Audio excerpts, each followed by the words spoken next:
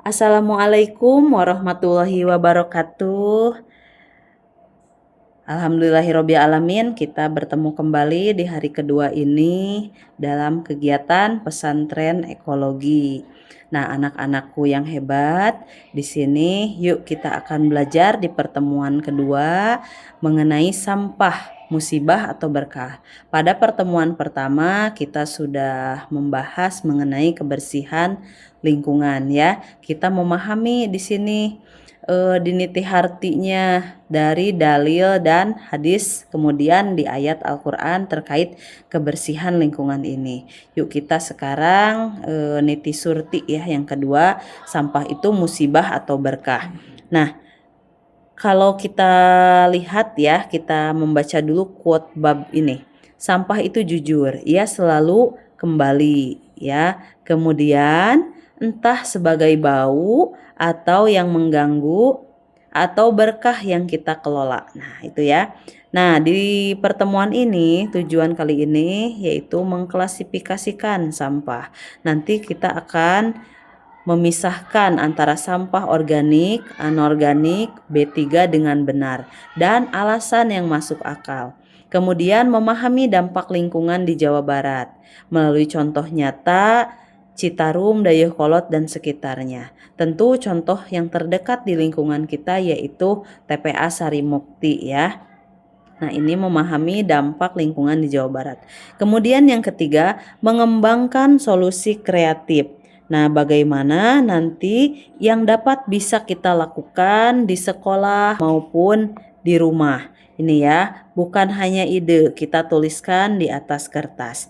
Nah, selanjutnya yuk kita pahami lagi studi kasus lokal di Sungai Citarum, Jawa Barat. Nah, kita lihat.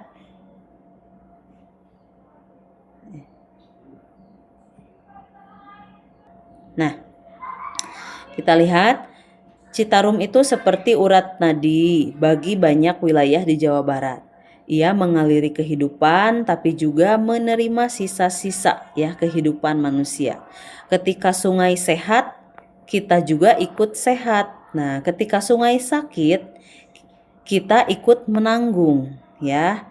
Nah, banyak hal yang dapat diakibatkan ketika sungai sakit ini ya. Nah, apa yang membuat Citarum bermasalah? Ya, kita warna merahin apa yang membuat Citarum itu bermasalah. Ini.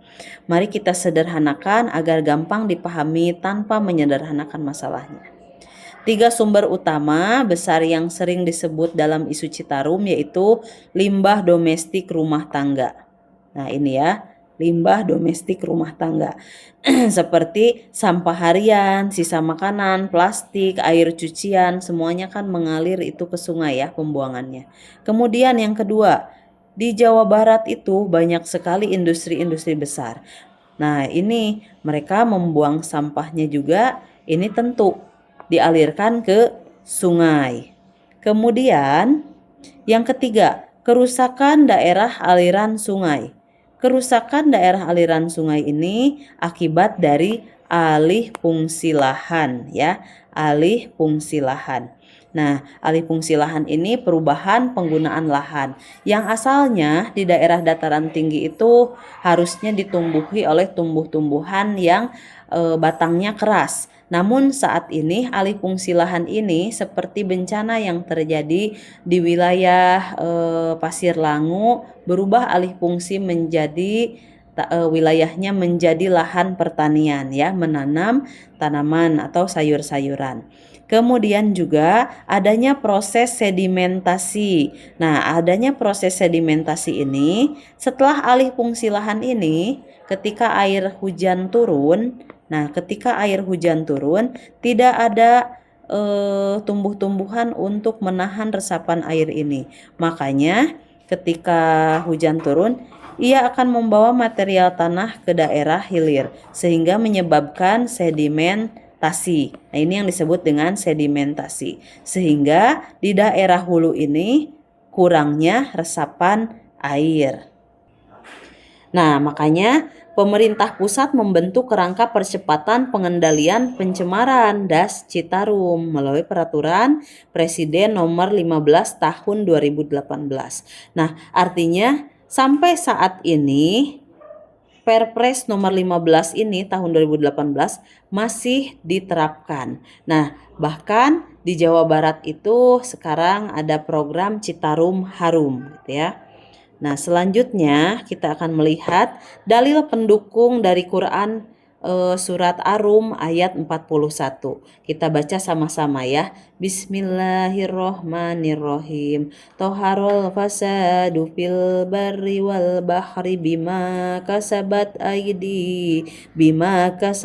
aidin nasi liyudikohum yagudul ladzina amilul la'allahum yarji'un, yang artinya telah nampak kerusakan di darat kemudian dan di laut disebabkan karena perbuatan tangan manusia, supaya Allah merasakan kepada mereka sebahagian dari akibat perbuatan mereka agar mereka kembali ke jalan yang benar. Nah, adanya bencana itu mengingatkan kepada kita agar kembali ke jalan yang benar. Nah, artinya ayat ini seperti cermin. Kerusakan bukan turun dari langit, jadi bukan hujan, tapi bukan turun dari langit gitu ya tanpa sebab. Banyak yang terjadi karena pola hidup manusia, buang sampah sembarangan, kemudian boros, abai pada dampak. Nah, itu ya, buang sampah sembarangan, boros juga gitu ya. Jadi membuang-buang makanan. Artinya hal itu menyebabkan sampah semakin banyak menumpuk. Kemudian makna yang membumi atau tidak menghakimi kita lihat. Nah, agar mereka kembali itu seperti alarm lembut. Kita diajak sadar ya, bukan dipermalukan. Akibat yang dirasakan kadang berupa banjir tadi ya, yang kita di tujuan pertama berupa banjir, bau, penyakit, atau biaya hidup yang makin tinggi karena lingkungan memburuk ya. Bahkan harus ada membayar sampah atau membayar nantinya kebutuhan air bersih menurun, kita akan membeli air lebih mahal karena banyak sumber-sumber air itu menurun kualitasnya. Nah, kita lihat apa sih di sini implementasi dari Pancaniti ya, Niti Harti, Niti Bukti, Niti Harti, Niti Surti, Niti Bukti. Nah, kita lihat bagaimana sih kita di sini tadi harus mengetahui ya materi klasifikasi sampah. Artinya yang pertama materi klasifikasi sampah kita lihat dari versi praktis sekolah ya. Sampah organik. Nah, kita lihat dulu ya, sampah organik. Ini mudah membusuk. Nah, ini yang dipisahkan biasanya itu tong sampahnya itu warnanya hijau ya, maaf.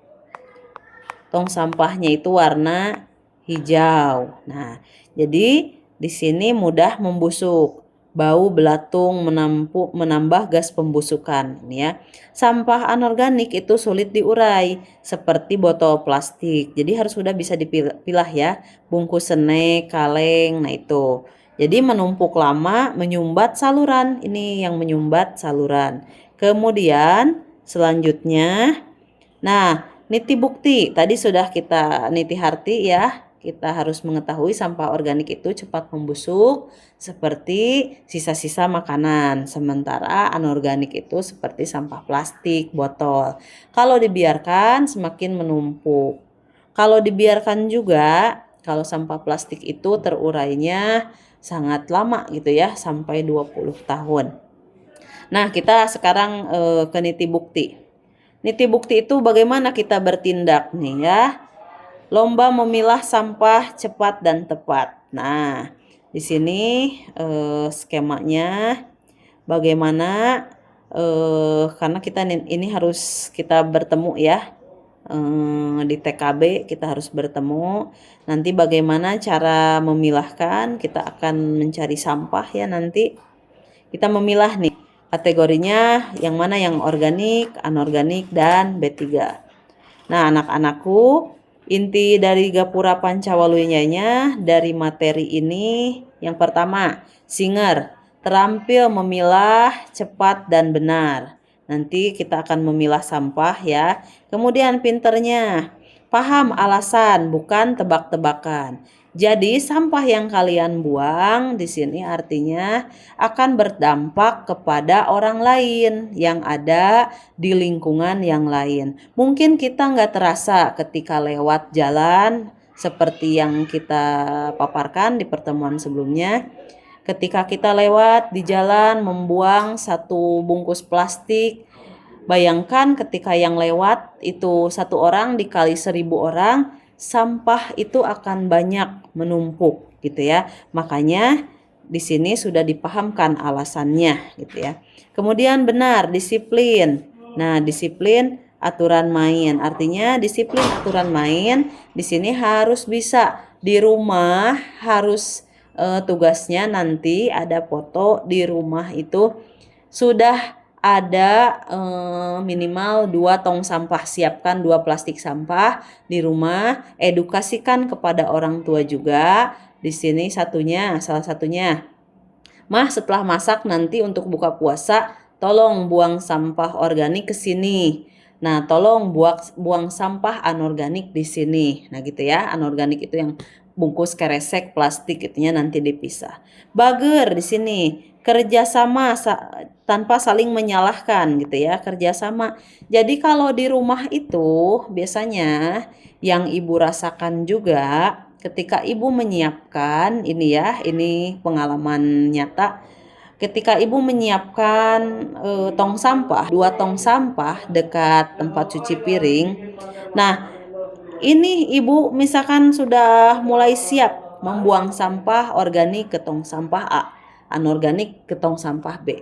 Namun di rumah itu ada beberapa anggota keluarga, anak kecil gitu ya, orang tua yang tidak paham, buang aja gitu ya. Makanya di sini butuh waktu sebenarnya untuk menyadarkan. Yang ketiga, cager. Hasil akhirnya lingkungan lebih sehat. Nah, Ibu bagaimana nih? Nanti saya sudah memilah sampah organik dan anorganik. Terus saya membuangnya tetap aja ke 1 tong sampah lagi. Nah, tidak. Nanti yang organik ini ya, yang organik tadi ya, yang organik ini bisa nanti itu dimasukkan ke dalam ember. Kita membuat apa namanya, membuat biopori gitu ya, membuat biopori atau membuat lubang tanah gitu ya. Kalau nggak punya biopori, lubang tanah, atau nanti ibu akan berikan praktek gitu ya, melubangi dari ember bekas, dilubangi memakai paku, nanti dimasukkan ke dalam tanah, ditutup pakai tutup embernya. Jadi setiap membuang sampah organik, nanti kalian bisa memasukkan ke sana, kemudian diselingi, di layer pakai tanah. Nah, nanti setelah 30 atau 40 hari itu sampah organik itu sudah bisa digunakan untuk pupuk tanaman gitu ya. Itu lebih bagus ke tanaman gitu ya. Nah, Ibu yang anorganiknya gimana? Nah, yang anorganiknya silahkan dipisahkan, dimasukkan ke dalam karung atau kepada plastik besar. Nanti biasanya kalau di setiap rumah itu ada yang keliling, misalkan sampah-sampah plastik gitu ya, itu bisa dikilo. Jadi itu untuk memudahkan ya para pengepul plastik juga. Nanti ke depannya kalian bisa membuat kerajinan dari plastik. Baik, terima kasih anak-anakku. Itulah materi hari ini gitu ya. Sampah itu bukan masalah, tapi bisa menjadi berkah. Bagaimana kita dapat mensiasatinya. Baik anak-anakku, sekian pertemuan kali ini dari Ibu. Terima kasih sudah menyimak. Mohon maaf ya apabila di awal video Ibu salah-salah kata atau salah-salah dalam penyampaian. Terima kasih. Sampai berjumpa lagi besok. Assalamualaikum warahmatullahi wabarakatuh.